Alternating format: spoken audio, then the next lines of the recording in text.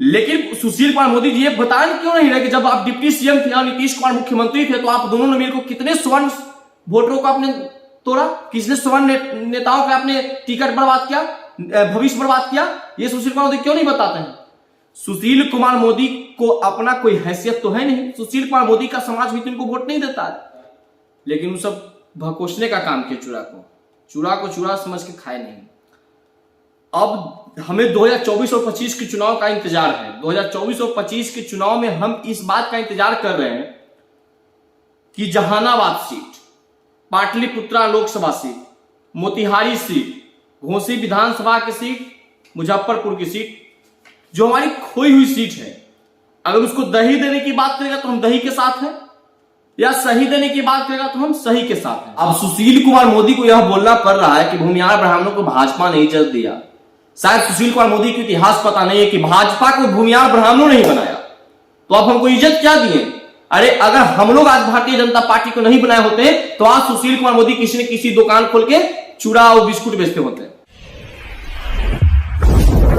नमस्कार, आप देख रहे हैं धा न्यूज और मैं हूं अभिषेक मिश्रा। बिहार में जाति आधारित जनगणना को लेकर बड़ा शोर है और दूसरी तरफ A to Z की बात कही जा रही है, दूसरी तरफ चूड़ा दही की बात कही जा रही है। चूड़ा दही का मतलब क्या है आप जानते हैं, और हमारे साथ सवर्ण सेना के राष्ट्रीय प्रवक्ता हैं पुरुषोत्तम राज, उनसे हम बातचीत करेंगे इस पूरे मसले पर।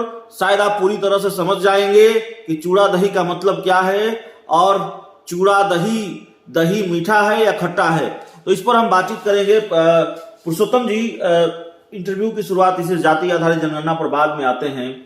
एक कार्यक्रम हुआ पटना में और उसमें ये कहा गया कि अब चूड़ा दही एक हो गया है। बिहार की राजनीति में वाकई इससे कोई बदलाव होगा? चूड़ा दही एक हो गया है, वाकई है ऐसा? देखिए, ऐसा कुछ अभी है नहीं कि एक हो गया कि दो हो गया है। चूड़ा का महत्व सब जगह रहा है और चूड़ा अपना हिसाब से काम करती है। चूड़ा ने भारतीय जनता पार्टी को भी चूड़ा दिया, कांग्रेस को भी चूड़ा दिया, लेकिन वो सब भकोसने का काम किया। चूड़ा को चूड़ा समझ के खाए नहीं। अब हमें 2024 और 25 के चुनाव का इंतजार है। 2024 और 25 के चुनाव में हम इस बात का इंतजार कर रहे हैं कि Jahanabad seat, Pataliputra Lok Sabha seat, Motihari seat, Ghosi Vidhan Sabha की सीट, मुजफ्फरपुर की सीट, जो हमारी खोई हुई सीट है, अगर उसको दही देने की बात करेगा तो हम दही के साथ हैं, या सही देने की बात करेगा तो हम सही के साथ हैं। हमने अब किसी के साथ एग्रीमेंट नहीं किया है, किसी के साथ बंधुआ मजदूरी वाली तो बात है नहीं, किसी के साथ तो कोई हमने वादा नहीं किया कि मैं आपके साथ हूं। मैं उसी के साथ हूं जो हमारे खोया हुआ सीट पे हमें वापस करेगा, जो अधिकार से वंचित या उस अधिकार को देगा, मैं उसके साथ हूं। और जो लोग चूड़ा दही की बात करें वो अपनी महत्वाकांक्षा को समझिए, वो अपनी महत्वाकांक्षा के लिए कुछ भी कर ले सकते हैं। तो तेजस्वी यादव भी तो माफी मांग ही रहे हैं। पिताजी गलती के लालू यादव हैं कि नहीं धरती पे, उनको माफी मांगने में क्या तकलीफ है भाई? माफी एक तरफ मांग रहे, एक तरफ कह कि समाज आपका बुद्धिजीवी है, तो आपको इतना भी टाइम नहीं था कि आप अपने ऑफिशियल पेज से एक बार परशुराम जयंती का बधाई तो दे देते। भामा शाह का जयंती आप अपने पार्टी कार्यालय मना सकते हैं, भीमराव अंबेडकर की पार्टी कार्यालय में आप जयंती मना सकते हैं, तो परशुराम भगवान का क्यों नहीं मना सकते हैं?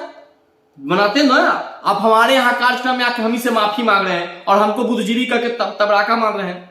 बुद्धिजीवी समाज का ठग भी तो रहे अपना। बुद्धिजीवी समाज कब हम होते हैं? जब आप हमारा प्रोग्राम मनाते हैं अपने पार्टी कार्यालय में और हम लोग को निमंत्रण देते, हम आते वहां पर। अरे बोचहा तो आपको जिताया किस लिए गया? बोचहा आपको इसलिए जिताया गया कि वहां पे बीजेपी ने हमारे साथ गद्दारी किया, खंजर भोंकने का काम किया था बीजेपी वाले, तो हमने आपके सपोर्ट किया, आपको वोट दिया। तो इसका मतलब ये नहीं कि मैं आपके साथ 100% हो गया हूं। जो हमारी बात करेगा, जो हमें अधिकार देने की बात करेगा, जो हमारे खोया हुआ सीट पे वापस लाने की बात करेगा, मैं उसके साथ रहूंगा। सुशील मोदी भी तो कह रहे हैं, बिहार के पूर्व डिप्टी सीएम हैं, वो कह रहे हैं कि बीजेपी ने जितना ब्राह्मणों को सम्मान दिया उतना किसी ने नहीं दिया, और 2020 के विधानसभा चुनाव में ब्राह्मण भूमिहार मिलाकर 26 लोगों को टिकट दिया था एनडीए ने, और शायद 7 या 5 आरजेडी ने दिया था। अब सुशील कुमार मोदी को यह बोलना पड़ रहा है कि भूमिहार ब्राह्मणों को भाजपा ने इज्जत दिया। शायद सुशील कुमार मोदी को इतिहास पता नहीं है कि भाजपा को भूमिहार ब्राह्मणों नहीं बनाया, तो आप हमको इज्जत क्या दिए?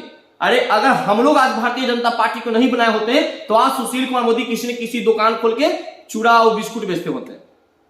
आपको विधानसभा में भेजा, आपको राज्यसभा भेजा, आपको डिप्टी सीएम भी बना के रखा, तो हम लोगों ने पार्टी बनाए थे जी। 1980 में भारतीय जनता पार्टी का जब पहला प्रदेश अध्यक्ष बने थे कैलाशपति मिश्र, उन्होंने भाजपा को सींचने का काम किया था। लेकिन सुशील कुमार मोदी जी ये बता क्यों नहीं रहे कि जब आप डिप्टी सीएम थे और नीतीश कुमार मुख्यमंत्री थे, तो आप दोनों ने मिलकर कितने स्वर्ण वोटरों को आपने तोड़ा, किसने स्वर्ण नेताओं का आपने टिकट बर्बाद किया, भविष्य बर्बाद किया, ये सुशील कुमार मोदी क्यों नहीं बताते हैं? सुशील कुमार मोदी को अपना कोई हैसियत तो है नहीं, सुशील कुमार मोदी का समाज भी इनको वोट नहीं देता है। अब सुशील कुमार मोदी बता रहे हैं कि भूमिहार ब्राह्मणों को भाजपा नहीं जब दिया, तो आपको पता होना चाहिए कि भाजपा को भूमिहार ब्राह्मणों ने बनाया और उसके वजह से आप नेता है ना। तो आप तो ऐसा ही कहीं ना कहीं दुकान खोल के बैठे होते, आप बोल बम तौल कम वाले नेता है। आखिरी सवाल है हमारा, जाति आधारित जनगणना को लेकर बिहार की राजनीति में बड़ा शोर है, और जैसा कि मैंने पहले ही कहा इंटरव्यू की शुरुआत में ही, और मुलाकात हुई तेजस्वी यादव नीतीश कुमार की, और उसके बाद इस मुलाकात की चर्चा है क्या कोई खेल होने वाला है, नीतीश कुमार कोई पॉलिटिकल सरप्राइज देने वाले हैं। तो जाति आधारित जनगणना को लेकर बीजेपी अलग थलग पड़ती हुई नहीं, लेकिन ज्यादातर जो बिहार के राजनीतिक दल हैं वो जाति आधारित जनगणना के पक्ष में हैं। देखिए, सबसे पहली बात ये मुद्दा से भटकाने वाला बात है। अभी बात होनी चाहिए था बीपीएससी में परीक्षा पत्र प्रश्न लीक की, अभी बात होनी चाहिए था बेरोजगारी की, अभी बात होनी चाहिए थी गिरती हुई शिक्षा के स्तर की, बात होनी चाहिए थी स्वास्थ्य की, तो यहाँ पर बात होती है जाति जनगणना की। इतनी जल्दीबाजी क्यों? अगर जब कोई जनगणना ही कराना है तो आप जनगणना करें ना, गरीबी के आधार पर जनगणना, पता चल जाएगा कि आपने बिहार में कितना काम किया है। तेजस्वी यादव को भी पता चल जाएगा उनके पिताजी और उनके चाचा जी ने मिलकर बिहार को कितना आगे ले गया है। आप गरीबी की जनगणना कीजिए, आप शिक्षा की जनगणना कीजिए, आप स्वास्थ्य की जनगणना कीजिए।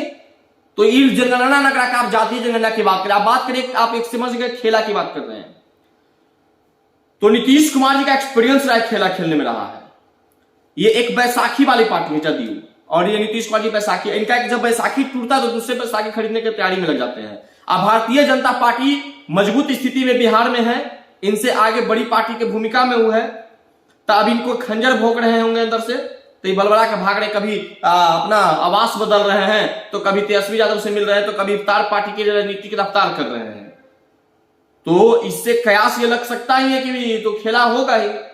आज जिस प्रकार से ग्रामीण कार्य विभाग में आग लगा बार बार लगता है, तो कहीं ना कहीं पुराना भ्रष्टाचार को मिटाने का भी काम हो रहा है। तो हम सरकार से तो मांग करेंगे भाई कि इनकी इसकी जांच होना चाहिए कि बार बार इसी विभाग में आग क्यों लगती है।